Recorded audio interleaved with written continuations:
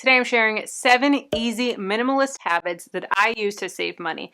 Now, I am not a minimalist, and if you looked around my house, you could tell I'm not a minimalist, but there are certain habits that I use of minimalism, of the minimalism thought process, of the way that they live their life to help me live a little less cluttered, to help me save money. I am really big on the quote by Ramit Sethi that says, spend extravagantly on the things you love and cut costs mercilessly on the things that you don't. And honestly, that is how my husband and I live our life. There are some things that we are super frugal on, but other things that we're not, like vacations, and we love to go on really amazing trips. Now, we do, use miles on our credit cards to get free flights and free hotels, different things like that. But we don't have a problem spending a nice chunk of change on a vacation that we save up, pay cash for throughout the year. So we are all about that life. Now, if you're new, welcome. My name is Kelly Ann Smith. I would love for you to join the family and subscribe to my channel. I do have a blog post on this as well, so definitely check it out down below in the description box, and it goes into even more further detail. And if you like reading blogs as well, then definitely check it out. It'll be linked for you down below. Number 1 is make meaningful decisions before making a purchase. So what I mean by this is, think about a purchase. So often we are scrolling through Instagram, watching TV, watching someone on YouTube, whatever we're doing, and they talk about a product and we're like, oh, I need that. That's awesome. Let me go on Amazon right now and buy it and have it delivered tomorrow or the next day. What we've done is we've actually stopped that. What we'll do is we'll put it in our cart, and then we'll either wait 24 hours or a whole entire week to make that purchase. And when that time comes, we reevaluate and say, hey, is this really something we need? Or sometimes we'll look and be like, why did we want to buy that? Like, we were going to use that once, or that just looked really cool. So we evaluate our spending before we spend. And also there's times where we put something in the cart and we're like, you know what? We don't need this now. We don't need it, but it would still be really cool to have, or it's a really cute top still. What I'll then do is move it to a wish list. And then when Christmas comes around, or birthdays comes around, or anniversary, I can then give that wish list to my family, to my husband, to whoever it is, and say, hey, here's some items that I would love. Well, as gifts, if you need some inspiration, because so often my family's like, Kelly, what do you want? What do you want? And I'm like, I don't know. But if I add things throughout the year, I can just be like, here you go. And they can shop right from the list. And then it's things that I actually want and things that are meaningful for me rather than just clutter that's going to fill up the house. Now, along the same lines of this, I actually have a friend that called me and she was talking to me about her binge eating. And trust me, this is going to tie back. It's going to relate. But she was saying that she really struggles with binge eating. She struggles with just impulse eating, and just, when she gets this craving, she just has to have it, and then it throws up her whole plan. She's doing Weight Watchers, and I've done Weight Watchers in the past, and I said, look, this really reminds me of how I handle money and what I teach my budget coaching students. And I say, look, let's wait until next week to do it. So same thing with food. When you are wanting that craving, say you're wanting lasagna, rather than going home to the grocery store and stopping at Publix on the way home and buying all the ingredients and making it tonight, say, let's put it in next week's meal plan. That way you're not doing a impulse grocery shopping trip, which typically you add more things. You're putting it into the meal plan for next week, and then it's one meal that you don't have to think about. Or you could even use it as a reward system. So you can say, hey, I'm doing Weight Watchers. If I eat on plan all week, if I track all my food on week, then I can have this as a reward. I can have pizza, or I can have whatever it is, whatever I'm craving, as a reward. So that's a really great option. And I'm pregnant and I'm out of breath. So if I'm huffing and puffing a lot during this video, it's because of the pregnancy. Whew. But bear with me. I'll get through this, I promise. Number 2 is to buy multi-use items. So rather than buying a really cute purse that is maybe a coral color or a teal color, like to go with my branding, I will, instead of buying that purse I can wear with like 1 or 2 outfits, I'll buy a neutral color purse that then I can wear with any outfit or slew of outfits versus just 1 or 2. So really, when you're making those purchases, say, hey, is this something that I can use for multiple different purposes or for multiple different occasions? Or is this something that I can only use once or twice and I need multiple of them to fill the need? So multiple purses versus one or two, or multiple uses, like I can use this in the kitchen, I can use this in the kids' room, I can use this in the bathroom storage, different things like that. So think of items that have multi-use versus needing multiples to fill the same need. Number 3 is to cut back on your cable and other subscription services. Do an audit of your subscriptions. When I am going through my budget coaching clients or my personal budget, we are going through those purchases, and so often we're like, hey, this is something that I've been paying for month, and I haven't watched it in like 6 months. I purchased it for a certain show or certain series that I wanted to watch. They had a few different shows on Discovery Plus I wanted. Now I don't even watch Discovery Plus. I'm going to cancel it. Or a free trial. Sign up for the free trial and then forgot to cancel it when I was supposed to. So doing an audit of your subscriptions is really helpful. And it's awesome if you're doing a spending analysis, if you're going through your budget every single week when you're entering your items into your budget, then you can say, hey, this is something that I need to watch what I'm purchasing, I need to cancel or keep or use, versus something that's just reoccurring every single month. You don't even realize it. And then at the end of the year, you just spent $300 on this subscription that you've never even used. But it just occurs because you're not paying attention to the transactions that are going through on your credit card, your debit card, or through your checking account. So do an audit of those subscriptions and cancel what you're not using. Next is the anticipation of a purchase actually is more satisfying than the purchase itself.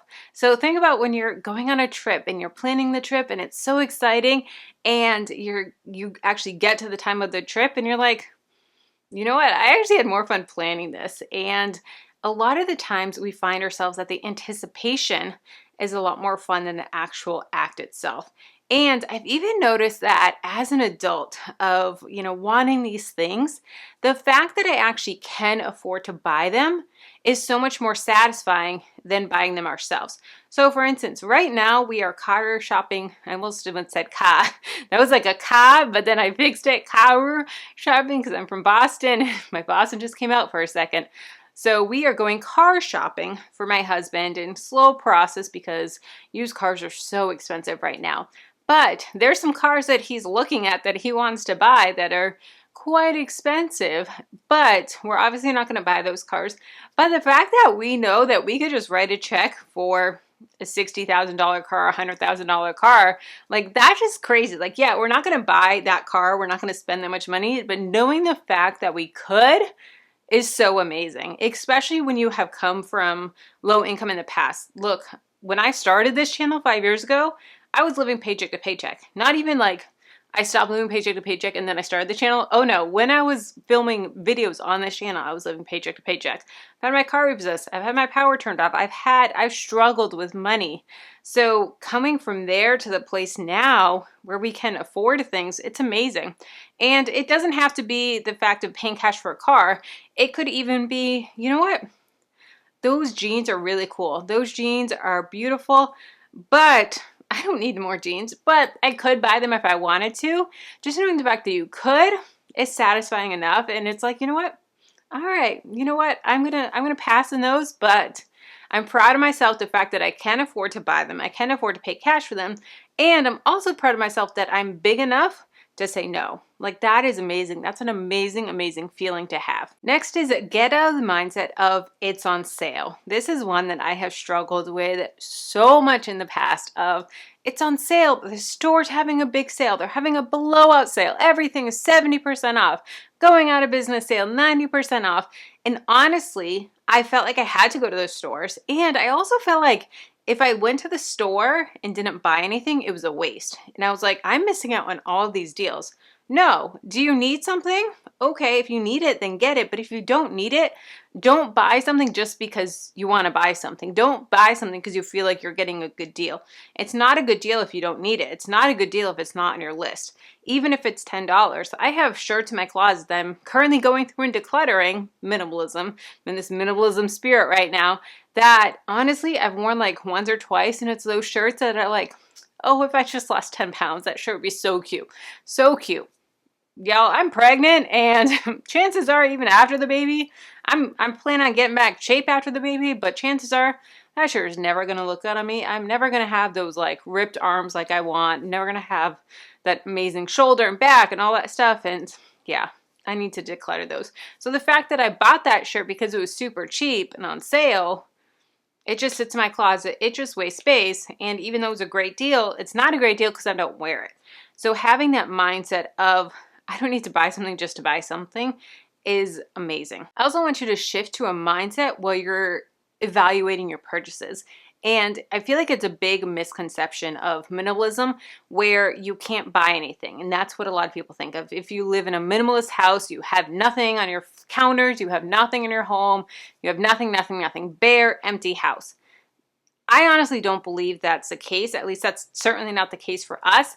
But we've gotten to a shift of evaluating our purchases, evaluating those items in our home. Do they serve a value? Yes or no? If they don't serve a value anymore, if they don't bring me joy or whatever it is, then we get rid of them. We donate them, we pass them on to a friend, we throw them out, whatever it may be. But really getting to that point of analyzing the purchases, analyzing the things in your home is a really big mental switch that minimalism has given us.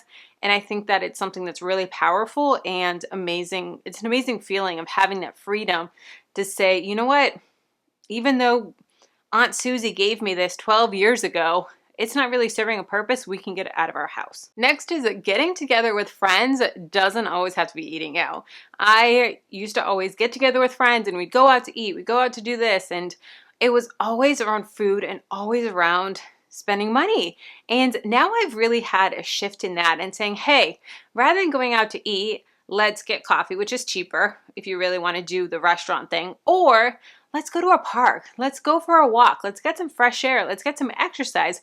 We're still accomplishing the same goal. And that goal is to catch up. That goal is to spend quality time. That goal is to build each other up and lift each other up and encourage each other. That goal is not to eat.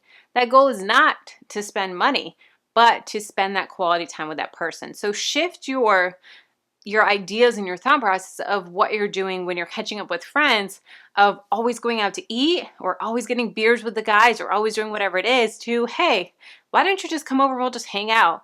We have a back patio, we got a hammock, we can, we have a nice couch out there. Let's hang out there. Let's go for a walk. Let's go to the park. We have a neighborhood that has an awesome walking path.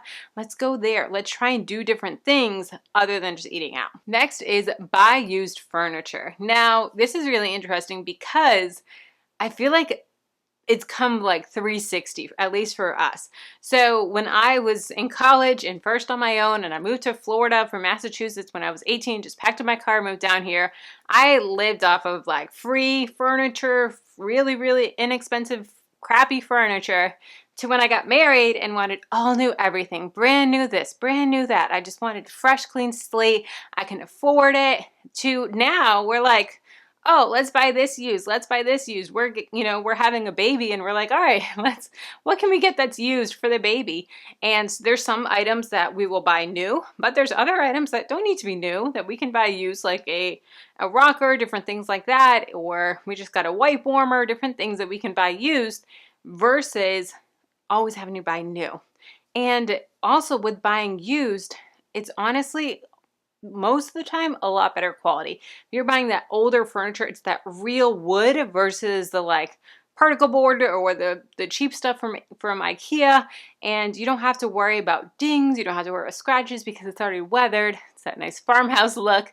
And so having used furniture is going to oftentimes give you better quality for a lot cheaper, and it's also getting that furniture out of the landfills and you're reusing it, recycling it. Let's keep this conversation going. If you want to know how to use my Excel spreadsheet that I've created and used for 5 years to become debt free, to cash flow my wedding, all of that, check out this video here. And if you want to know what I've been going through, why I've been burnt out, a little bit behind the scenes, check out this video here.